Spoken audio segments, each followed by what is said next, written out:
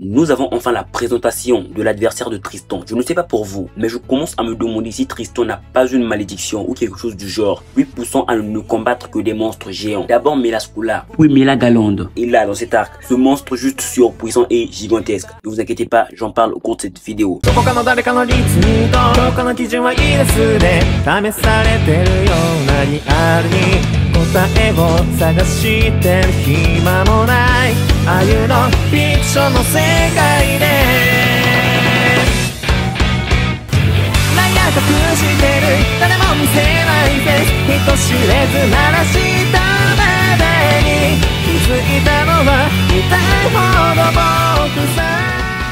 Yo les bros, c'est Big Manga, j'espère que vous allez bien, car pour ça va. Alors aujourd'hui nous rentrons pour la revue du chapitre 119 des 4 chevaliers de l'Apocalypse. Bats-toi, bats-toi, bats-toi. Un chapitre assez incroyable, nous introduisant, si je puis dire, tous les ennemis de l'arc. Il y a aussi l'introduction des endroits dans lesquels ces combats contre les membres du Quatuor se feront. Et aussi la réelle identité de Tomintoul qui était à prévoir. Ne vous inquiétez pas, j'en parle au cours de cette vidéo. Pour le soutien, vous connaissez la chanson bien évidemment. Likez, partagez, abonnez-vous et commentez. Il y a aussi mes différents réseaux sociaux en description, n'hésitez pas à les check. Mais bon, commençons.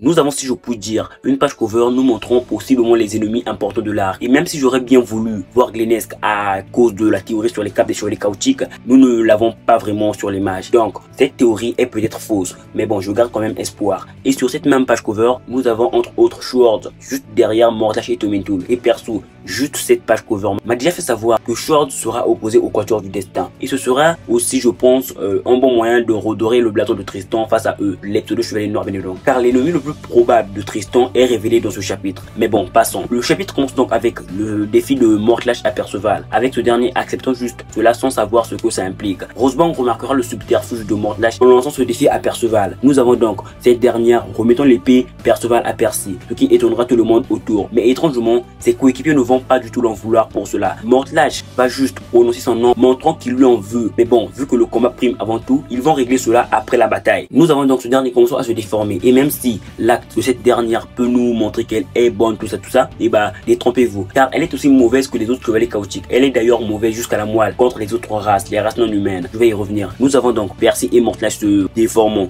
Et si on m'avait dit que dans ce manga, il y avait le Kamui d'Obito, je ne l'aurais jamais cru. Mais il semble que Mortlash ait hérité des pupilles d'Obito. Ce qui ferait donc de lui un Uchiwa possiblement éloigné. Car comme nous avons pu le voir, ce dernier vient d'utiliser le Kamui d'Obito entre lui et Percy pour les téléporter dans une autre dimension. Ce qui m'a énormément étonné. Donc si Mortlash n'est pas un Uchiwa éloigné ou quelque chose du genre, je ne sais pas ce qu'il est putain. Nous avons donc Percy et Mortlash disparaissant du champ de bataille à l'aide du Kamui de Mortlash. Ce qui étonnera les compagnons de Percy. Lorsque Percy ouvrira les yeux, il remarquera qu'il y avait des monuments de gens en forme de cristal derrière lui. Ce qui suscitera son étonnement. Mortlash lui expliquera que ces monuments derrière lui sont toutes les personnes qu'il porte dans son cœur. Et derrière Mortlash, nous ne pouvons voir que Diodra. Ce qui nous prouve que le bouc est mauvais. Car même s'il sert un roi aussi bienveillant qu'Arthur, il ne porte même pas ce dernier dans son cœur. Il ne porte même pas aussi son beau-frère bien-aimé Ironside, le chevalier rouge de Camelot, dans son cœur. Non, Mortlash est un mauvais bouc, je vous dis clairement. Donc j'espère qu'il perdra la vie au cours de cet arc. Car ce serait un cadeau d'exception pour un personnage comme lui, qui ne porte pas Arthur dans son cœur, putain. Nous apprenons aussi que ce dernier invite tout adversaire qui accepte son défi de combat à mort dans cette arène. C'est son pouvoir magique qui se nomme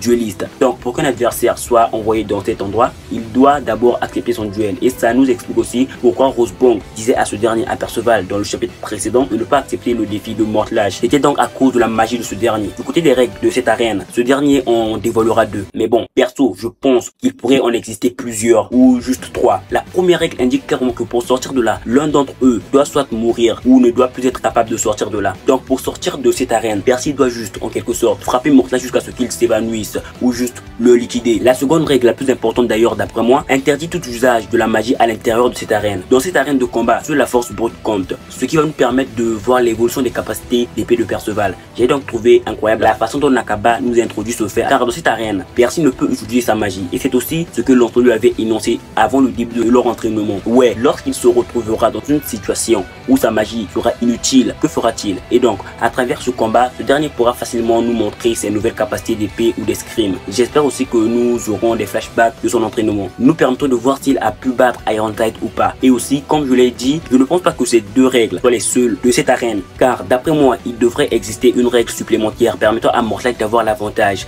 car si c'est juste les deux seules règles de cet endroit, alors cette magie serait assez simple. Et aussi, si c'est le cas, si cette magie est aussi simple, alors je crois que pour pouvoir compenser cela, il va y avoir l'intervention du chaos, donnant ainsi l'avantage à Mortlight. Donc, dans tous les cas, je pense qu'il pourrait exister un avantage pour Mortlight dans cette arène. Nous avons donc un échange de coups assez violent entre les deux, et Percy sera le premier à être blessé. Ne pouvant pas utiliser sa magie, il ne pourra pas se guérir naturellement, ce que en soi j'ai énormément kiffé. Mortlight énoncera donc qu'il connaissait la véritable identité de Perceval ainsi que la façon dont il est né. C'est aussi à cause de tous ces facteurs qu'il devait impérativement lui vaincre maintenant, car s'il lui laisse la vie sauve, ce dernier pourrait devenir à l'avenir une réelle menace pour eux, les chevaliers de Camelot. Donc Perceval des 4 chevaliers prophétiques ne doit pas sortir indemne de cette arène. Mais étrangement, du côté de Perceval, nous l'avons tout confiant, disons clairement à Mortlight qu'il allait lui faire cracher le morceau sur tout ce qu'il sait sur lui. Et perso, j'espère d'après possiblement les explications de Mortlight sur sa naissance et ce qu'il est bien évidemment, que ce dernier ne continuera pas de croire qu'il est un humain normal ou juste qu'il est humain. C'est donc par là que cette séquence se conclura. Perso, j'ai bien apprécié le concept de cette arène qui empêche l'utilisation de la magie. Et aussi, je peux clairement vous dire que, comme Perceval l'a dit lorsqu'il était dans l'Albion, il ne s'est pas entraîné comme un malade pendant toute une semaine pour rien, pour juste se faire battre, putain. Donc attendons-nous à des miracles de sa part. Et aussi,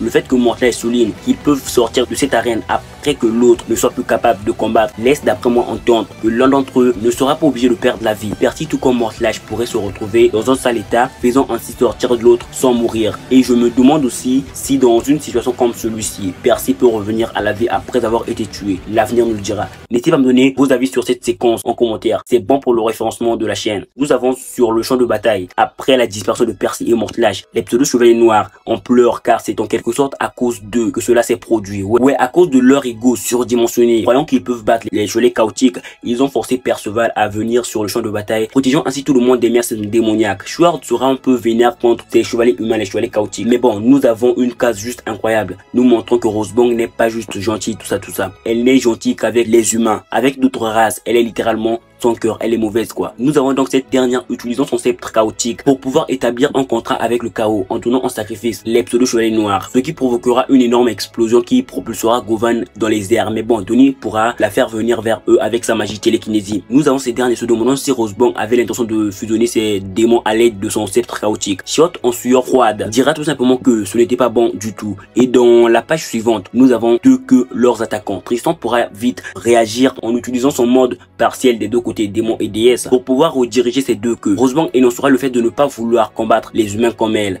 mais vu qu'elle n'avait pas le choix, elle devra quand même les combattre. Elle dira donc à cette créature nouvellement née de montrer le pouvoir qu'elle a reçu du chaos. Et alors, sur une page juste incroyable, nous avons la fusion des pseudo-chevaliers noirs présentés, ayant pour nom bête testamentaire ou encore bête du testament funéraire ou funeste. Un fait qui confirme la théorie sur leur fusion que je vous avais énoncée dans la revue du chapitre précédent. Ce qui montre aussi en quelque sorte que je ne vous raconte pas juste des conneries. Il y a aussi du vrai dans ce que je vous raconte. Juste pour cela, n'oubliez pas de liker, de partager, de vous abonner et de commenter. Ça fait toujours plaisir. Nous avons aussi les chevaliers chaotiques juste devant ce monstre, avançant vers le Quatuor et compagnie, vers Tristan, Govan et compagnie. Et en faisant le décompte, tout est bon, car les compagnons du Quatuor pourront avec cela affronter sans problème Rosebong et sa troupe, car comme nous pouvons le remarquer avec l'ajout de ce monstre, ils sont maintenant équilibrés en termes de nombre. Mais concernant Govan, si elle est soignée et libérée dans le prochain chapitre, je pense qu'elle pourra épauler Tristan dans la bataille contre ce monstre testamentaire, car même si Tristan est ultra puissant avec son mode démoniaque, il devra forcément utiliser dans cet arc pour battre ce démon. Je ne crois pas trop qu'il peut battre ce monstre seul. Il aura donc besoin de Govan pour le faire, et nous allons enfin pouvoir voir Tristan et Govan combattre main dans la main, car à Lyonesse c'était plus Tristan et Perceval. Donc le fait d'avoir Tristan Govan combattant main dans la main ce monstre, ou plus simplement cette bête testamentaire, ne serait pas incohérent. Cette supposition est plausible si cette dernière, Govan, est libérée et soignée bien évidemment. Mais si elle reste toujours étalée au sol, alors ce serait donc à Tristan seul de combattre ce monstre juste surpuissant. Comme vous l'avez remarqué, je pense que le choix le plus plausible est que Govan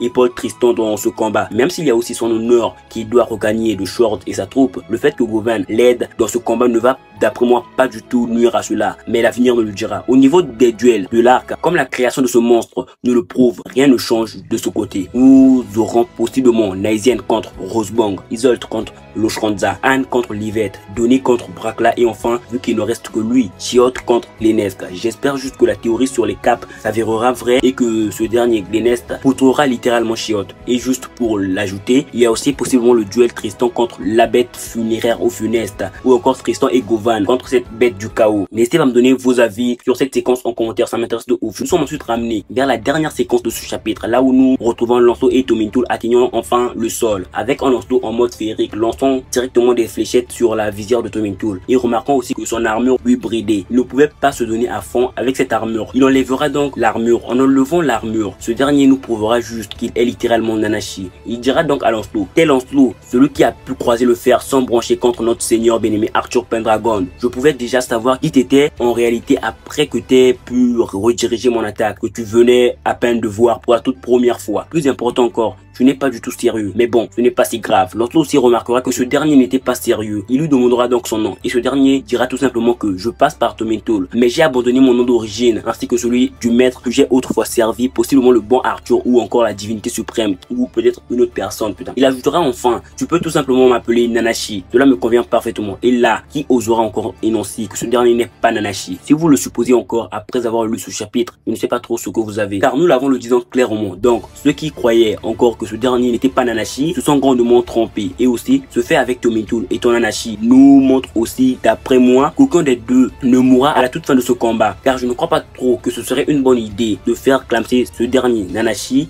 à ce moment de l'histoire, car comme je l'ai supposé dans la revue précédente, il serait beaucoup plus important et plus pertinent à l'avenir. Et aussi, n'oublions pas que ce dernier est assez puissant, donc Lancelot devra vraiment se donner pour arriver à lui vaincre. Et c'est aussi dit par Lancelot, bien évidemment, qui dira que face à lui, il avait la fièvre du combat. Ce combat allait sans doute être intéressant, il allait kiffer ça quoi. Et ce dernier lui dira que lui, Nanashi, le maître d'escrime du roi Arthur Pendragon, était prêt à combattre. Nous avons enfin en fin de chapitre tous les champs de bataille prêts à combattre, ce que en soi j'ai énormément kiffé. Avant d'aller plus loin, il y a une question que je me suis posée après avoir lu ce chapitre. Et la question est bien évidemment: pourquoi Nanashi est-il toujours auprès d'Arthur? Arthur est contre toutes les races non humaines. Et Nanashi étant une déesse laisse entendre qu'Arthur en a au moins pardonné un. Et le fait que certains aient encore nié cette possibilité en raison de l'idéologie d'Arthur qui tourne autour de la création d'un Camelot exclusive pour les humains est d'après moi logique. Et ce fait avec Nanashi du côté d'Arthur pour aussi en quelque sorte qu'Arthur n'est aucunement manipulé par le chaos. Car si toute cette réflexion à l'égard des autres races lui venait directement du chaos, qu'est-ce qui lui empêchait de juste liquider Nanashi ou encore de l'emprisonner, utilisant ainsi son pouvoir des déesses pour permettre à l'un de ses chevaliers chaotiques d'en bénéficier? Vu qu'il ne l'a pas du tout fait, je pense donc qu'Arthur considère Nanashi comme un cas à part, car n'oublions tout de même pas que ce dernier l'a énormément aidé durant les événements de Nanatsu.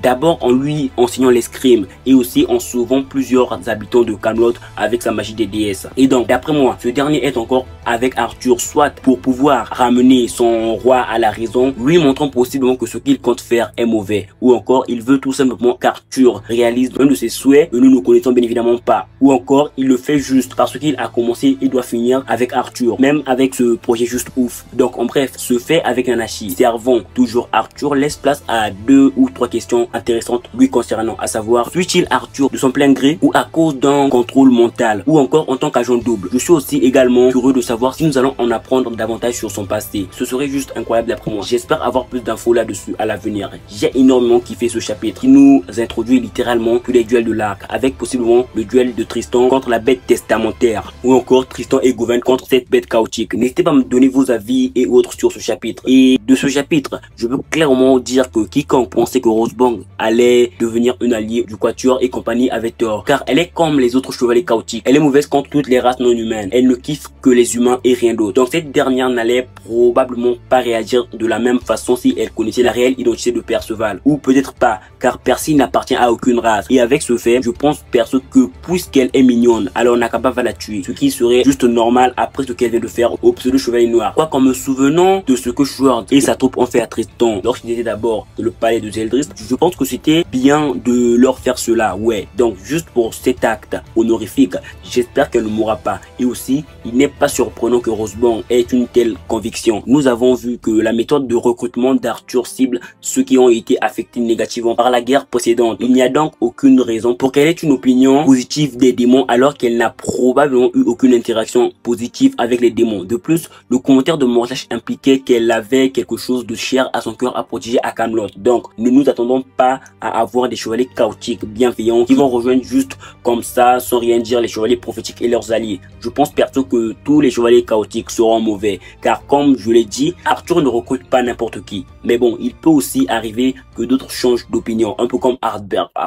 J'ai toujours des problèmes à prononcer son nom. J'ai aussi trouvé cette interaction entre Lancelot et Nanashi assez intéressante, avec bien sûr les deux reconnaissant la puissance de chacun. Le fait hilarant avec cela est d'après moi de juste se rendre compte que Lancelot n'a que 16 ans et tient déjà une telle discussion. Du côté de Perceval et Mortlash, j'espère avoir un beau combat avec Percy montrant son évolution. Nous avons sur la marge. Les 4 chevaliers de l'Apocalypse sont divisés en 3 groupes. La bataille contre les chevaliers chaotiques s'intensifie encore plus. Le premier chapitre a pour titre le banquet des plus forts, ce qui nous prouve que le premier chapitre sera concentré sur la baston et rien d'autre. Ce que en soi je vais énormément kiffer putain. Et aussi juste pour le souligner, s'il y a bien une critique que je peux souligner de l'arc des démons ou du manga en globalité est la lenteur des événements. Les événements prennent trop de temps à se mettre en place ou à se développer, ce qui me dérange un peu. Mais bon, vu que je suis en plein kiff, je ne peux que savourer cela. Mais globalement, le chapitre 119 des 4 chevaliers de l'Apocalypse se nommant Bateau, il était encore un chapitre de mise en point, mais bien sûr un chapitre de mise en point plus clair. Des bastons, des points chapitres, avec l'adversaire de Tristan et possiblement de Govan, enfin révélé. J'espère que cette bête du contrat funeste a une puissance non négligeable. Il y a aussi le terrain de combat de Percy et Mortlash révélé. Et la question est d'après moi de savoir si ces monuments derrière eux ne servent à rien. Et enfin le début du combat entre les deux plus forts des deux groupes, entre Lancelot et Nanashi. J'espère avoir un beau combat entre ces deux personnages. Voilà tout pour cette vidéo. J'espère qu'elle vous aura plu.